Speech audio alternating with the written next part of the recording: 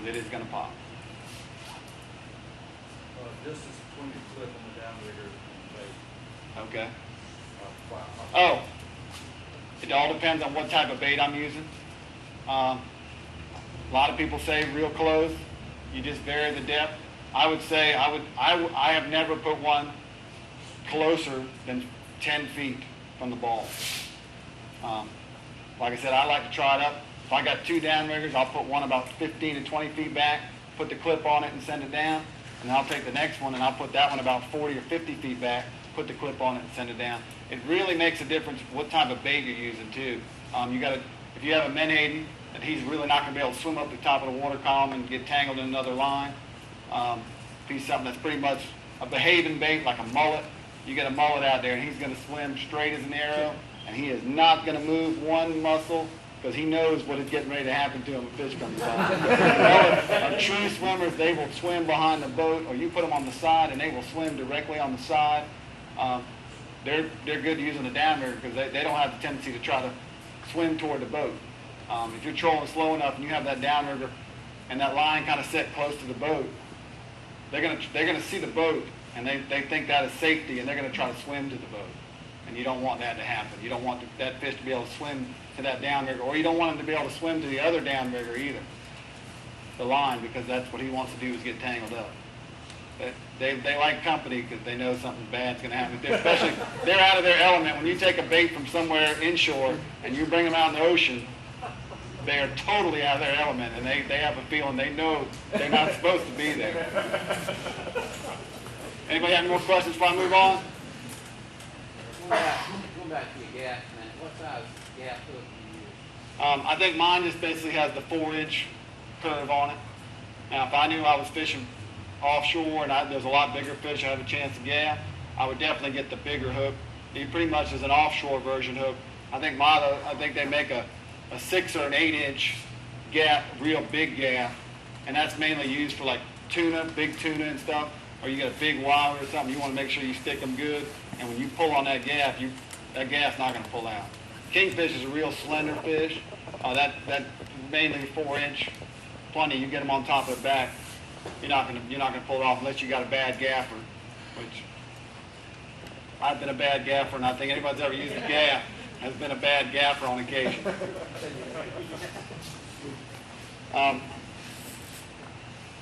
Next thing I'll talk about is tackle. Pretty much the wire, swivels, the hooks, and the skirt.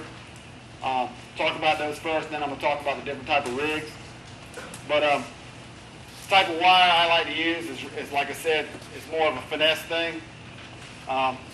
32 to 60 pound wire. And for a lot of you that troll out in blue water and ocean, way offshore for dolphin and wahoo and stuff, you look at that wire and laugh. A lot of stuff now in offshore fishing, they're moving to a lot of heavy-duty fluorocarbon, mono, and then small strip of wire around the hooks, just so the fish can't bite through it. King fishing, it's just a little bit more finesse, lighter wire, less drag in the water. I would tell you the lighter wire, the better. If you've got a lot of small bait and you're trolling, that wire is able to bend with that fish swimming, and it's just less drag in the water. I prefer to use 42 to 44 pound wire. That's pretty much will stand alone unless I may be fishing inshore and I'm fishing in a particular fishing tournament where I pre-fished and the fish haven't seemed to be biting into normal rigs, and I go to much lighter wire, smaller hooks, and really try to be real camouflage with what I'm fishing with so the fish don't see it. And like I said, I'll move up and move down. In Biloxi, I used exclusively 60 pound wire the first day until I ran out of wire. Believe it or not, I ran out of like 3 packs of wire that's like this, and that's a big pack of wire if anybody's used to making kingfish rigs.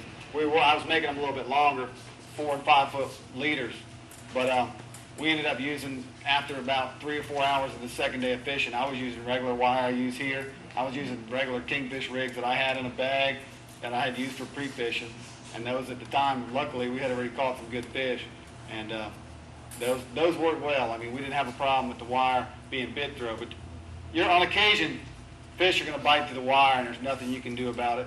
It's a matter of how they come up. A bigger kingfish will come up and try to inhale everything, as a smaller kingfish will come up and attack from an angle like that. Usually, if you've ever been kingfishing, and usually the bigger fish are going to come skying up on it, or they're going to come directly from behind it, and they're just going to look at it, and either they're going to eat it or they're going to turn away. It's just a matter of pound test wire. There's about 4 or 5 brands of wire you can buy. I have never really had any problem or heard any really bad things about all the different kinds of wire. This is probably the most inexpensive wire, and I have people that tell me they never use this wire, and I use this wire, and I've never really had a problem with it. But Calcutta makes some wire. Maylene makes some wire.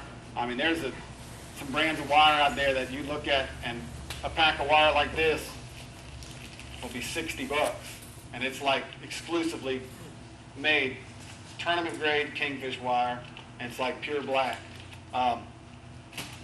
I've used this wire and really haven't had a problem. I am kind of particular when I'm looking at wire. I like the darkest wire. Like if I go into the Real John's or Boater's World and I want 44-pound wire and they got a stack of wire, 50 packs of it, I'll go through every single pack to find the darkest colored wire. It's just my preference. It seems to work for me. That darker wire, it just seems to be a little bit less visible in the water, a little bit less glare than you have the more copper colored. It has a little bit of tint to it. And when the light hits it, you kind of can see it a little bit better in the water. And the darker, I think, is the better. It has just worked for me. Talk about your swivels on your kingfish rig. Up until a couple years ago, you can probably actually all see this swivel. It's kind of big. And this is like a 50-pound standard swivel you can buy, a pack of 50 of them. There's a company on the market now that makes a swivel. They're called Spro, and they make a swivel that's a 50-pound swivel, and it's this size right here. And I know y'all probably can't even see it. It's the same as this swivel right here, and it's actually stronger than this swivel. They make a power swivel that is unbelievable. I recommend anybody that's going to tie their own kingfish rigs, or you can buy the factory rigs, to buy these swivels, cut that factory swivel off, and put this one on. This one's like a little ball bearing swivel, and it's just something that's so much less visible in the water, and it's got, I think it's made even better than this. But I definitely recommend Spro, these power swivels right here. You cannot beat them. They make a 30-pound, a 50-pound, and an 80-pound.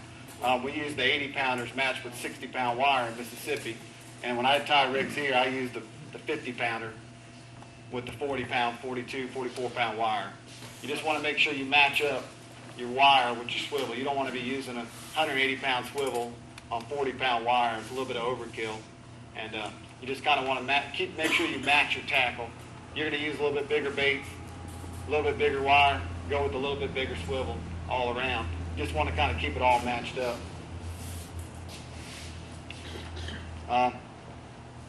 As far as hooks go, there's more hooks on the market than you can imagine.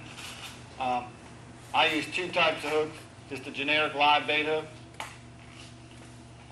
which is just like this right here. It's just almost like a U-shank regular hook.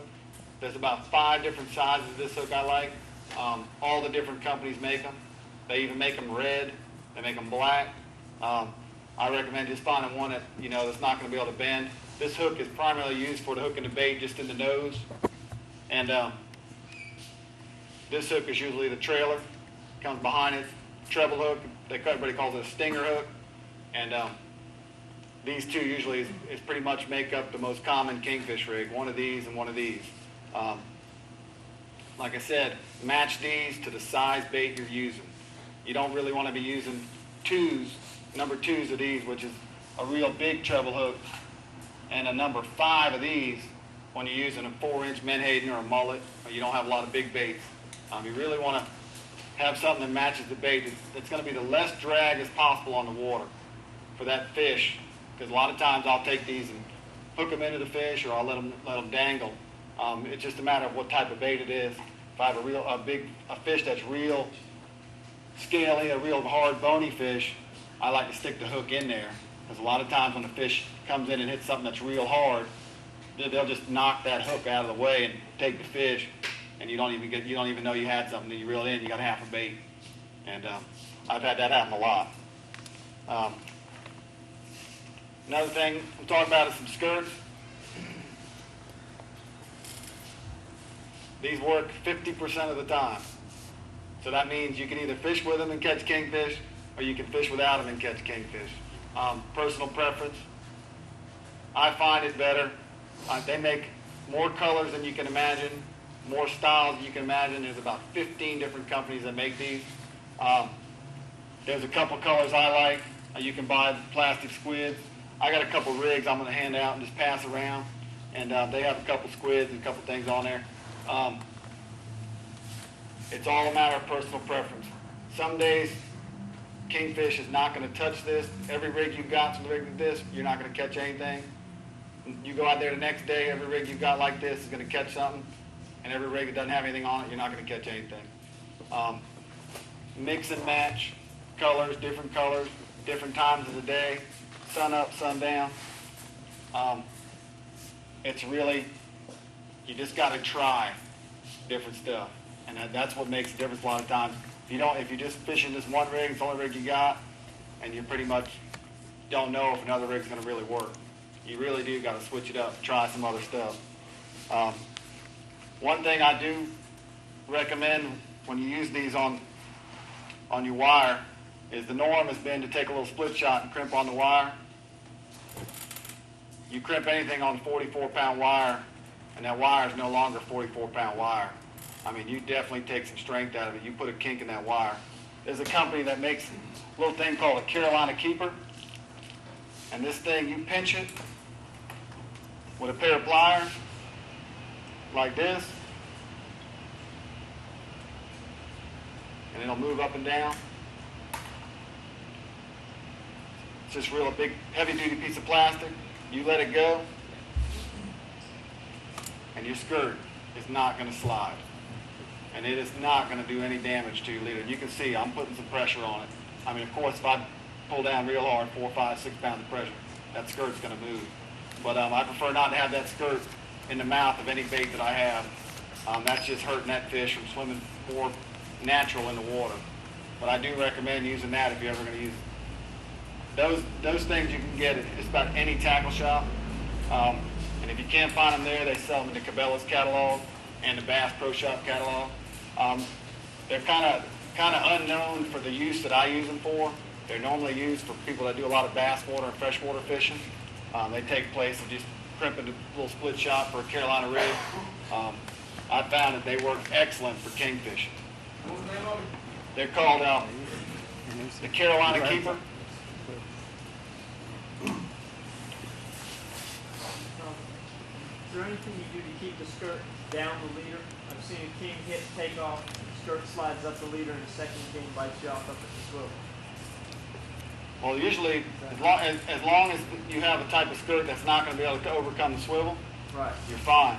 Now, if you're using a plastic bait, like this, you notice I got a bead right there. That's going to allow that squid, and on some occasions, when a fish hits it real hard, I don't care how big a bead you got, that squid's going to come over. Somehow, it's going to come through that whole swivel, and you're going to be reeling in that squid on your eyelid for about 500 yards, it's going to seem like, and you're going to think it's going to pop your line every time you get close to it. But normally it's not going to hurt anything, but I don't like to see it up there either, and I like to try to keep it on the line. But it will, when you tie it on there, if you don't have a little bead or anything to hold any kind of type of plastic skirt, when the fish hits it and starts running out in the direction 300 miles an hour, that squid is going to come zooming up that line and come to your eyelid every time. And a lot of times you think you have the biggest fish on when that's happening, and trust me, you want to put something in front of that plastic skirt. Anybody got any question about the type of stuff on that stuff? Is there a certain place you can like go online and buy this stuff in like a bulk if you wanted to buy, say 30 or 40 skirts?